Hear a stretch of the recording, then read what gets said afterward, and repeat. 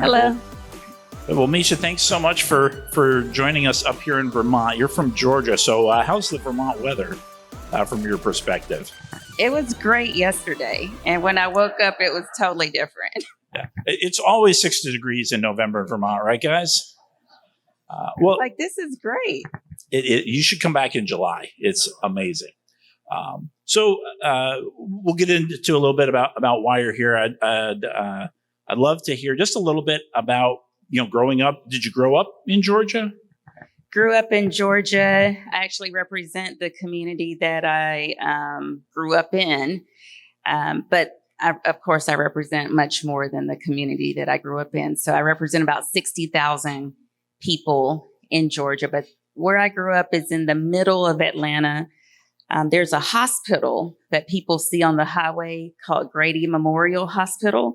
And so the inside joke is you are really from Georgia if you are born in Grady Hospital, and we call ourselves Grady babies. Oh, interesting. Oh, very good. So just tell me a little bit about kind of growing up in Georgia, what your, kind of what your politics were in your family, and how did you get from being, would you say a gray baby? Is that Grady. Grady baby. How did you go from being a Grady baby to being elected to the state legislature? Okay, so I grew up in a single mom household. I have one brother that died by suicide, which really significantly impacted me, which is why mental health is so important to me. My mom, the area that we grew up in, it used to be a nice Black community. Crack cocaine came in, but the house that I grew up in, my grandfather actually built the house. He was a Navy CB. His brothers were in the Navy. My dad was in the Navy. My stepbrother was in the Navy. But the school system was not the best. And so my mom would use someone's address, a family member. And I I went to school in a better performing school district. And my cousin happened to live next door to Hank Aaron. So that kind of shows you the difference in the type of schools that I was in, a crack infested school neighborhood versus a neighborhood where Hank Aaron's home was in. And from there, many of the mayors of Atlanta went to my high school. So Ambassador Young, I went to school with his son, the current mayor of Atlanta, Andre Dickens. We were friends in high school.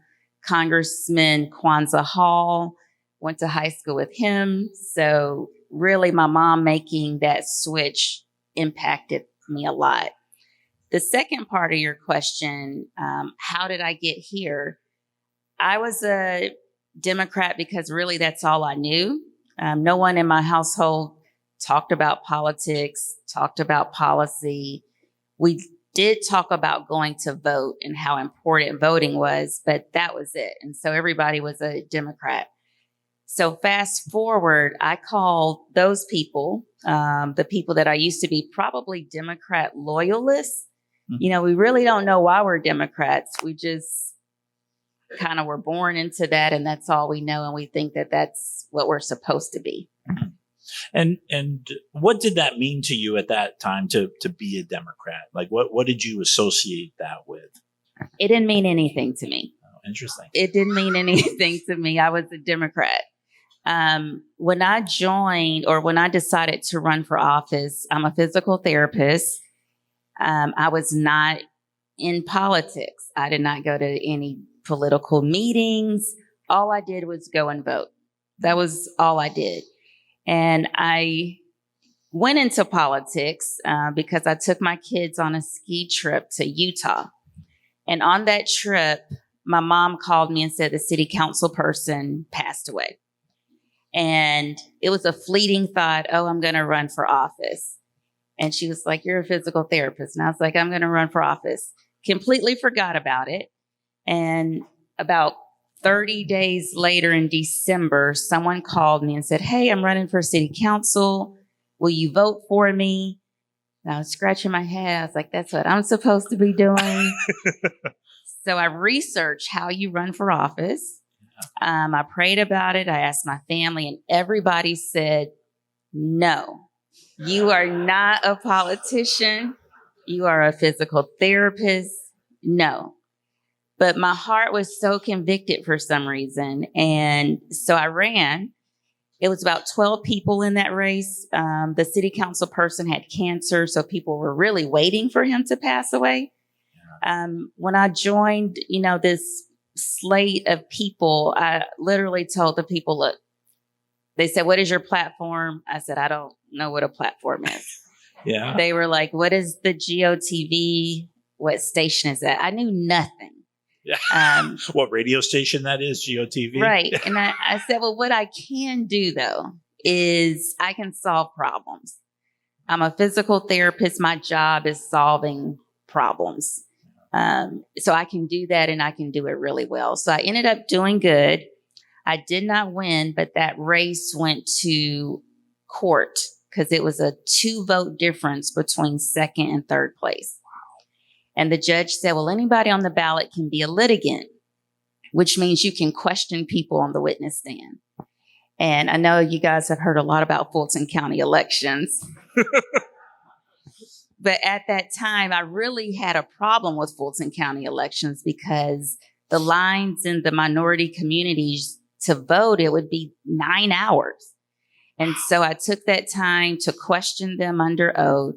Everything that I asked them, they said, no, we're not doing that. No, we're not doing that. No, we're not doing that.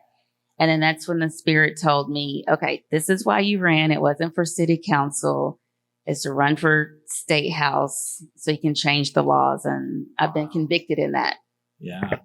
Wow. That's amazing. Wow.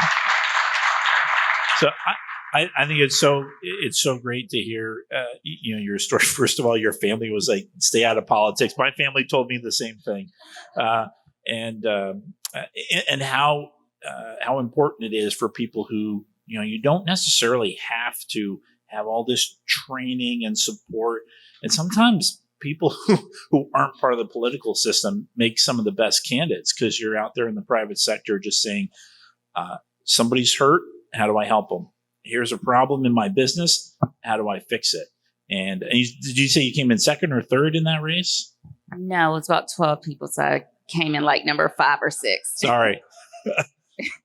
But it was like 200 votes, okay. 300 votes. It wasn't a lot of out of how voting. many? Like, what's the total size of that? So the person that won the city council district eventually, I think he won by 265 votes. Okay. No, he had 265 votes. Gotcha. Okay. Yeah. Okay. Yeah. It sounds like some of the races we have in Vermont. We had a race last year where somebody lost by 7 votes. And we've had a couple years ago, we had the same race in 2 different elections. One person won by 1, and then 2 years in the rematch, the other person won by 1 vote. So we're not a stranger to close elections there. And I think you have the same experience that I did. The first time you ran, you lost. And it's so important. It's one of the things I tell the candidates that we recruit. You got to run and run and run. Bernie Sanders ran 5 times before he became a congressman. And, Republicans are very efficient, right? It's like you do something, doesn't work, forget it, move on. But in politics, it can be helpful to run. So how did your state rep race go? What was that like? And how was it different from your city council race? So city council race, it was a special election. So that was 3 weeks. The state house race, it was in the middle of COVID. And as a physical therapist, I don't think anybody really knew how to campaign during that time. So it was literally, I have 2 girls. One is a freshman at Boston University. Oh. But she and I and the little one, Alexis, we literally would run up to someone's door, knock, and then go all the way to the sidewalk and be like, hey, I'm running for office. That's pretty much how it went. But really another interesting story to this is someone on the city council race said, I want to help you. And she said, are you going to do some mailers? And I said, I don't have money for mailers, because I also didn't feel comfortable asking people for money in the middle of COVID when people weren't even working. And I was like, I can't do mailers. That's $30,000 in Atlanta. I said, but the Lord said, he was going to get the word out. The Lord told me to run. And so the Lord is going to have to get the message out because I will not have mailers. As soon as I hung up the phone, someone from high school called me and said, "Hey, I got your mailer." And I was like, "What?" And so I called my friend back and I was like, someone said that they have a mailer. She said, "Well, call back and get a picture." Called back, got a picture, sent it to her. She was like, "No, we need the other side to see who paid for it." So I called back and it was the American Federation for Children. I didn't know who they were, but literally I fell to the floor crying. I was like, I cannot believe someone knows I care about children. So happy. But immediately after that, people in the community started calling me saying, denounce them, tell them that you do not agree with them sending this mailer out for you. I was like, I'm not going to do that. And no one is helping me. I'm not going to do that. And I was firm in that. Why would they be against? Because it's school. They support school choice. Oh, okay. And in Georgia, if you're a Democrat, you're not supposed to support school choice. So fast forward, I win the election. And by the way, when I was canvassing, people would say, I got your mailer. I got your mailer. I ended up having about 5 mailers. So I win the race, and education is a hot topic, highest budget in Georgia. And all the education lobbyists are coming to me for and against. And the first year was a special needs scholarship bill. And so a lady comes up to me and she says, "Are you going to vote for this special needs scholarship bill?" And I redlined it. And I was like, "No, I can't really, because there's some stuff in here that I don't agree with." She said, "Well, let me come to your office and let's talk about it." And I was like, okay. I'm a freshman in the minority party.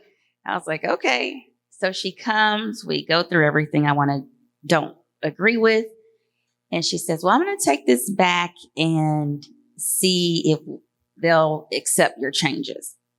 I did not know who we was. I did not want to know who we was.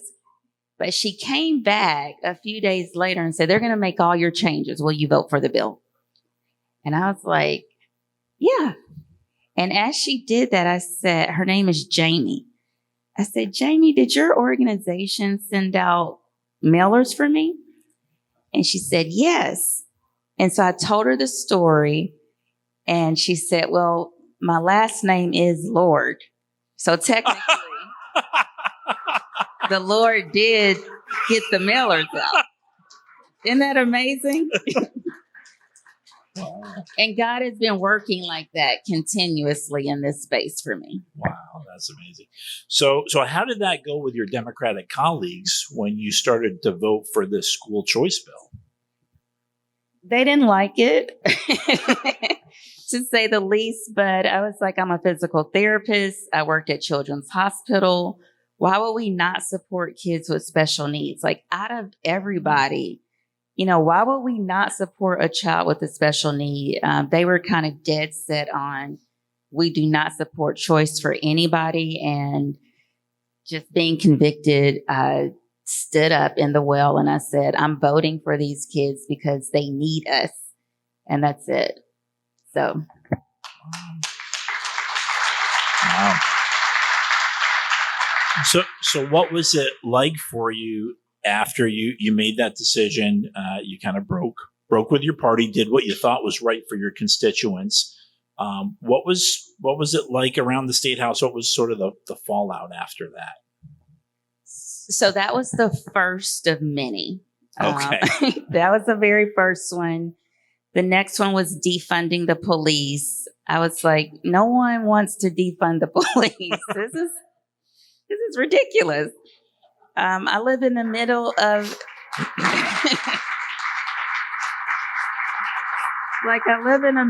Atlanta. My constituents, it doesn't matter if you're in a lower socioeconomic or a higher socioeconomic. Nobody wants to defund the police. Yeah.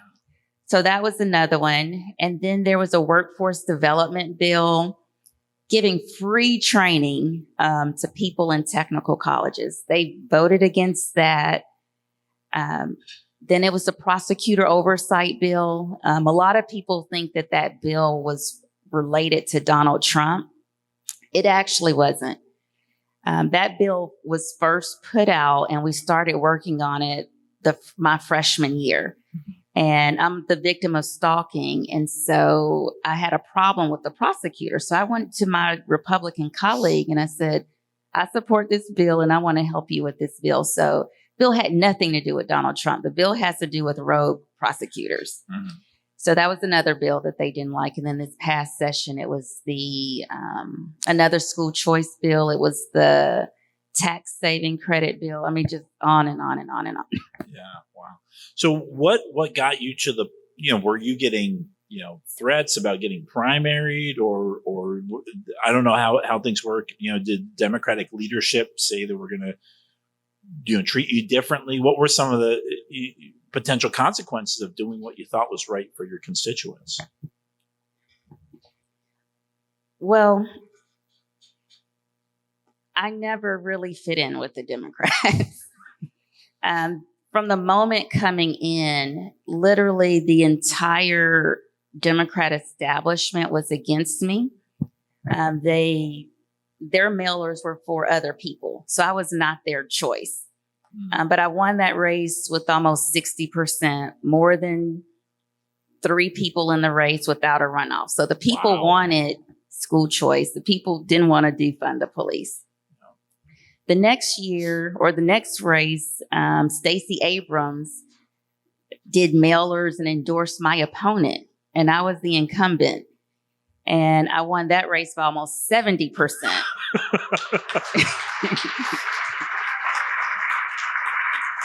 Just for the same things, right? And so I really was in a space of, I have some Democrat friends that also feel exactly like me, but they wouldn't dare step out and do the things that I did. But really, for the most part, the colleagues that I work with have always been Republicans. But leadership would say, you want to be on the island. They wouldn't call my name out. They would be like, if you want to be on the island by yourself, be on the island by yourself. Don't expect to get any help from us.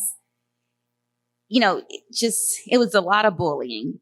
It was really hard. It made me feel very uncomfortable in a lot of places. And I guess really the very last thing is after that school choice bill in March, in April, I had a colleague who graduated from Yale Law School, has no children, lives in one of the highest socioeconomic communities in suburban Atlanta. He decides to put up a check for $1,000 to say to the world, if you will run against my colleague, Mesha Mainor, I'll give you this $1,000. So at that point, even that didn't bother me. It was a big deal in the paper. I told the news media, look, they have it wrong. I don't have it wrong. Because that was the question. Would you change parties? So I was like, I'm not changing parties. I would never change parties. I am a Democrat. They have bad policy. It's not me. So then fast forward a few months later, they came back attacking me on social media again. And I really had to just sit back and say, okay, why are they attacking you?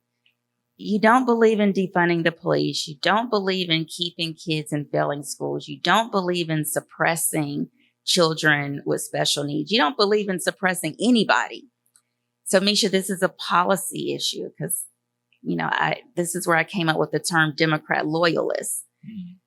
You were a Democrat loyalist, but did not know why you were a Democrat. It is policy. You don't know about policy until you're actually reading the policy. And that's when I decided, okay, I'm going to switch to the Republican Party because I believe in their policy. So that must have been a little nerve-wracking.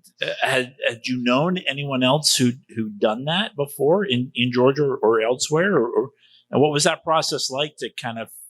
Did you talk to Republican leadership first? Did you just make the switch on yourself? How did that happen?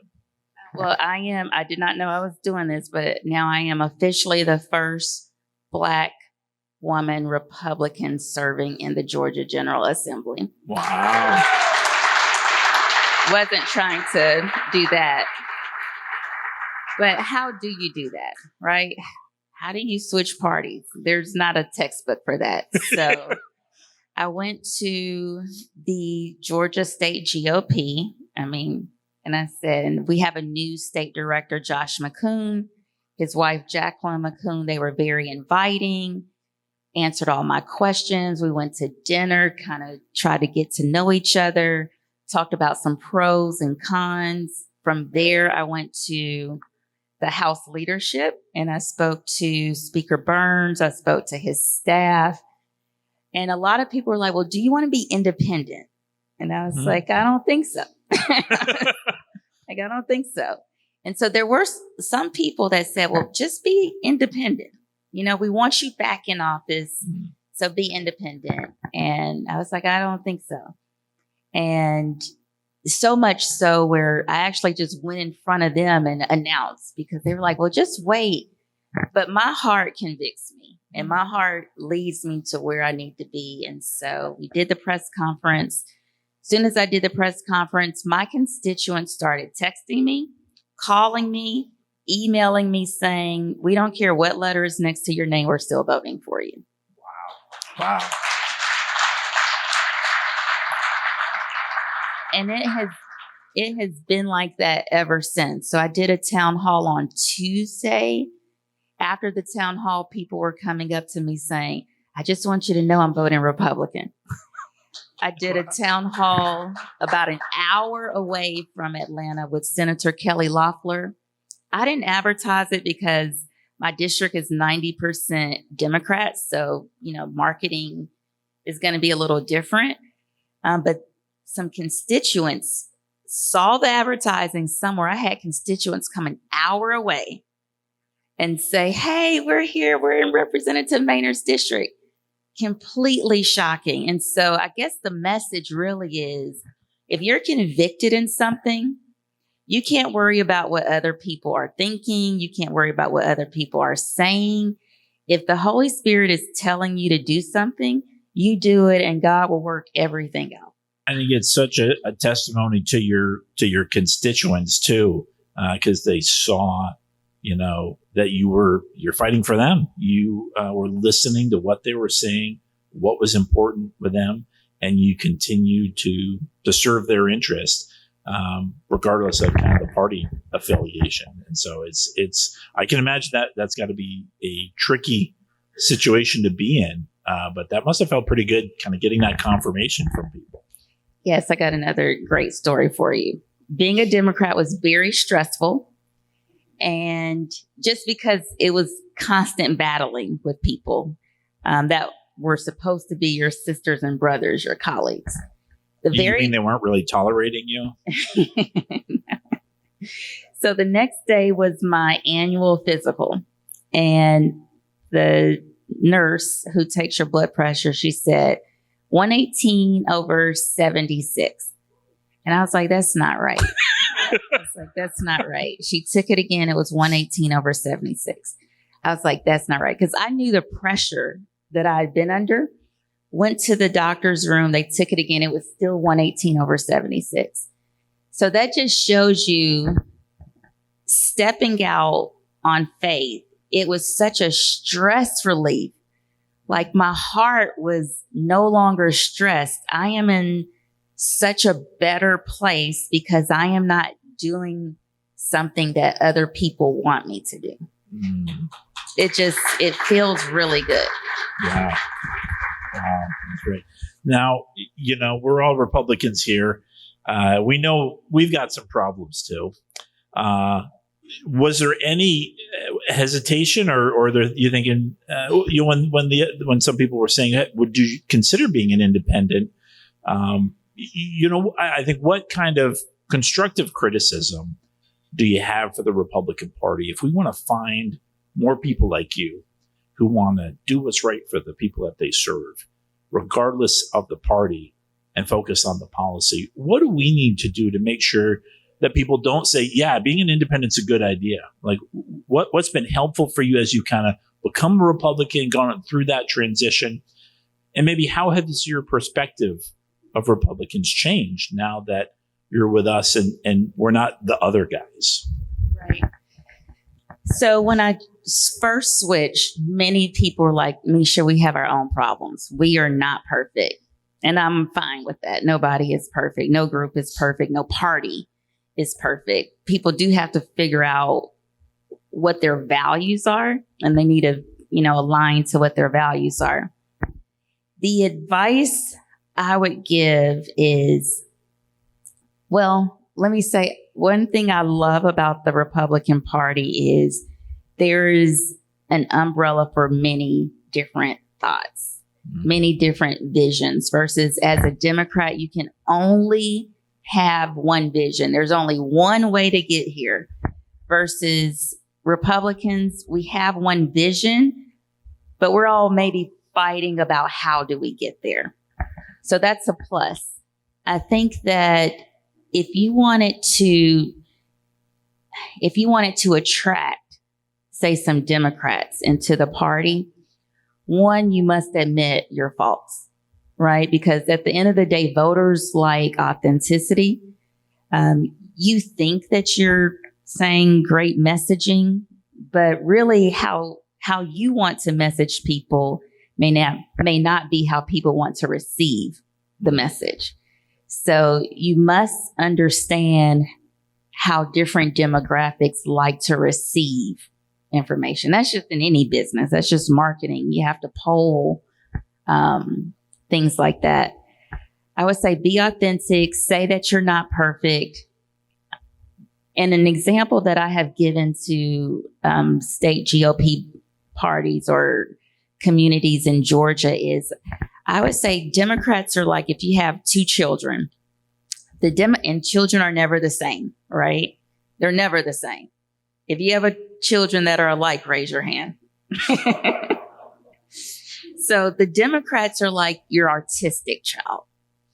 They are the dramatic child, but your Republican child is your STEM child. They like engineering and robotics, and they go by objective data. The Democrats are going by subjectivity, how they feel.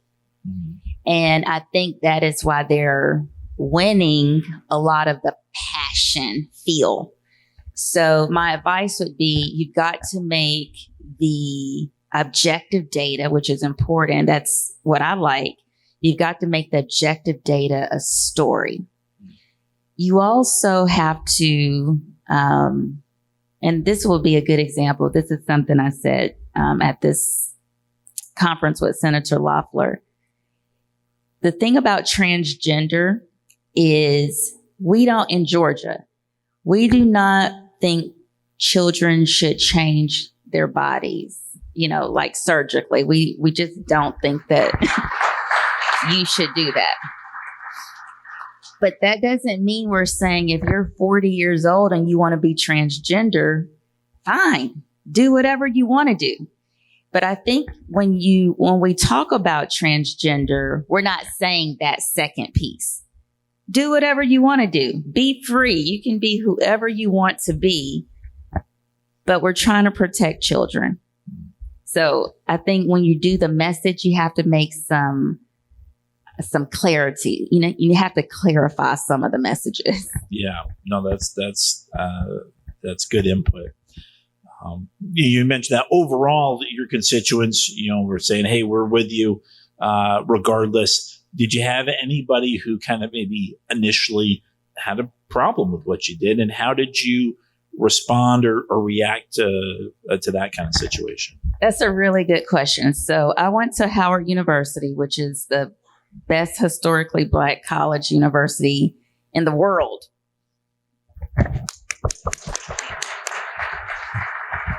It is absolutely the best. And so some of my HBCU, really just one, it was a couple, a husband and wife that I'm really close with. And they called me and they were like, "What is this?" And, she was really mad.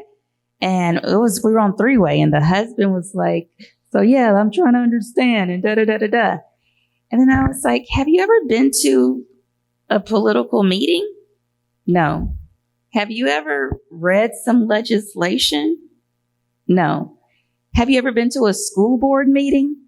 No. okay, I think you don't understand because you haven't done any of that. And so we had a great conversation where they realized, okay, I've got to get, not me, but them, I've got to get more involved before I can just have an opinion because they were passionate with no data. And I kind of told them, look, you've got to go and get data because right now you're just coming to me with passion. And so that was really the only thing. But I think people know me well enough where they know that I'm still the same person. They know at the end of the day, I love to just help people. I've been a physical therapist. The kind of therapy I do is home health. So I've been in people's homes for over 20 years.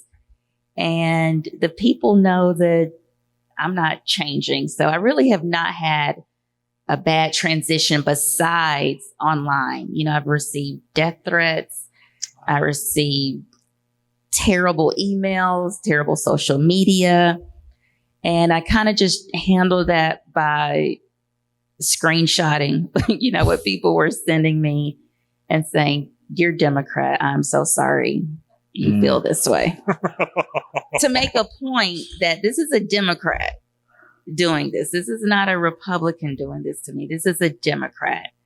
So eventually that stopped. Yeah. I think that's interesting how when you were a Democrat, Republicans, I don't want to speak, but it probably didn't bother you as much as now that you've changed. Or did you find that to be the case that were you getting harassed by Republicans before? Republicans have never harassed me. In fact, I got several bills passed as a Democrat, which is unheard of, as a freshman in the minority party, all because Republicans helped me. Yeah. Wow. So every single bill, it was a Republican that helped me. Yeah.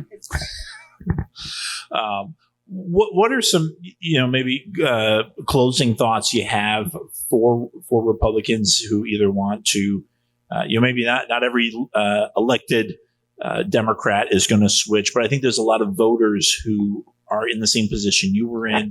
What maybe, you know, kind of parting thoughts do you have about how we can continue to be looking for people like that, and what's the messaging maybe that you think we need to adopt more closely? Okay.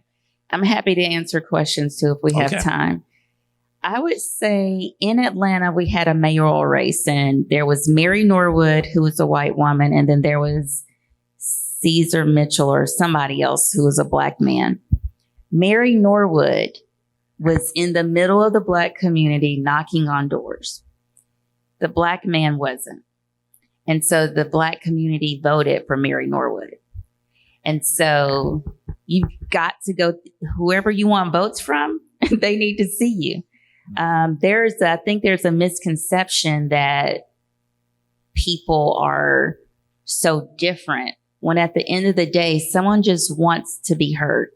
So if anyone in here as a group went to a community, said how you feel without, you know, saying Democrats are bad, but just saying how you feel, you'll probably get their vote. Because guess what? No one else is, the Democrats are probably not doing that.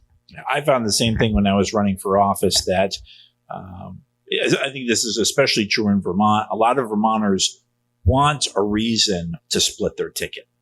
I think, you know, some estimates have almost 40% of Vermont voters, you know, identify as independent. And I found that, yeah, you go and you knock on doors of some people, you know, when I was running, you know, single payer healthcare was the big discussion. And I found that if you were willing to listen to them about what their concerns, what their problems are, sometimes they're not as tied to a particular answer. You know, the average voter isn't, as they are that this is a problem. This is I heard about this solution, so I think I'm for that. And I found the same thing when I went and listened to what the issue was and said, well, here are some of my thoughts. People who seemed like, you know, single payer or bust would say, yeah, that could work too. And it is going there. And I think for two reasons. First, you show that you care because you go to where people are. And that's so important. And the other thing is that you listen. Right? I think part of the problem is a lot of Republicans don't don't know how to reach those voters because they don't go and ask what's important to you.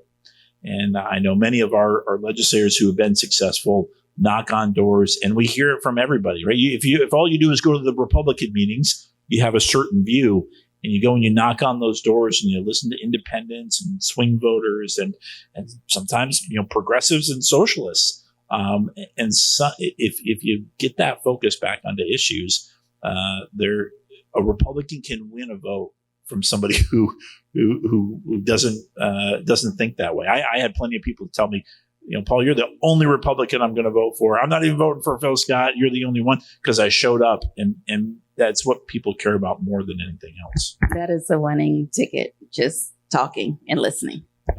All right. Well, maybe we'll take one or two questions, if there are any.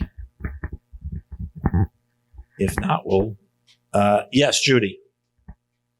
And I'll just tell me, and I'll repeat the question.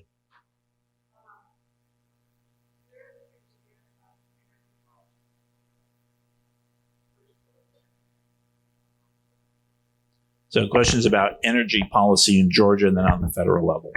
So my district in Atlanta, I have the highest energy burden community in the metro area, meaning people in my district can't even afford to have electricity on. So you see kids outside selling water. They may be outside selling water because they don't have electricity.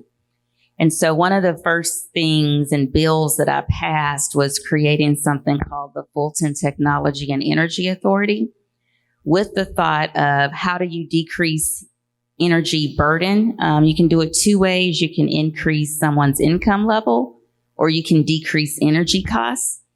So the authority is a workforce development program for technology and energy, as well as can sell power at a discounted rate.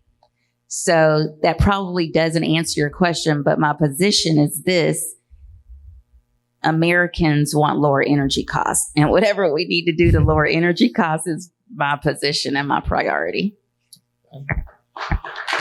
All right. I think we'll wrap up. Thank you so much for being here, for coming to Vermont in November from Georgia. It's been really wonderful to talk to you and hear kind of about your experience and encourage us. If you want to hear more from Mesha, she'll be at the education panel right after lunch. But let's give her a nice round of applause and a warm Vermont welcome.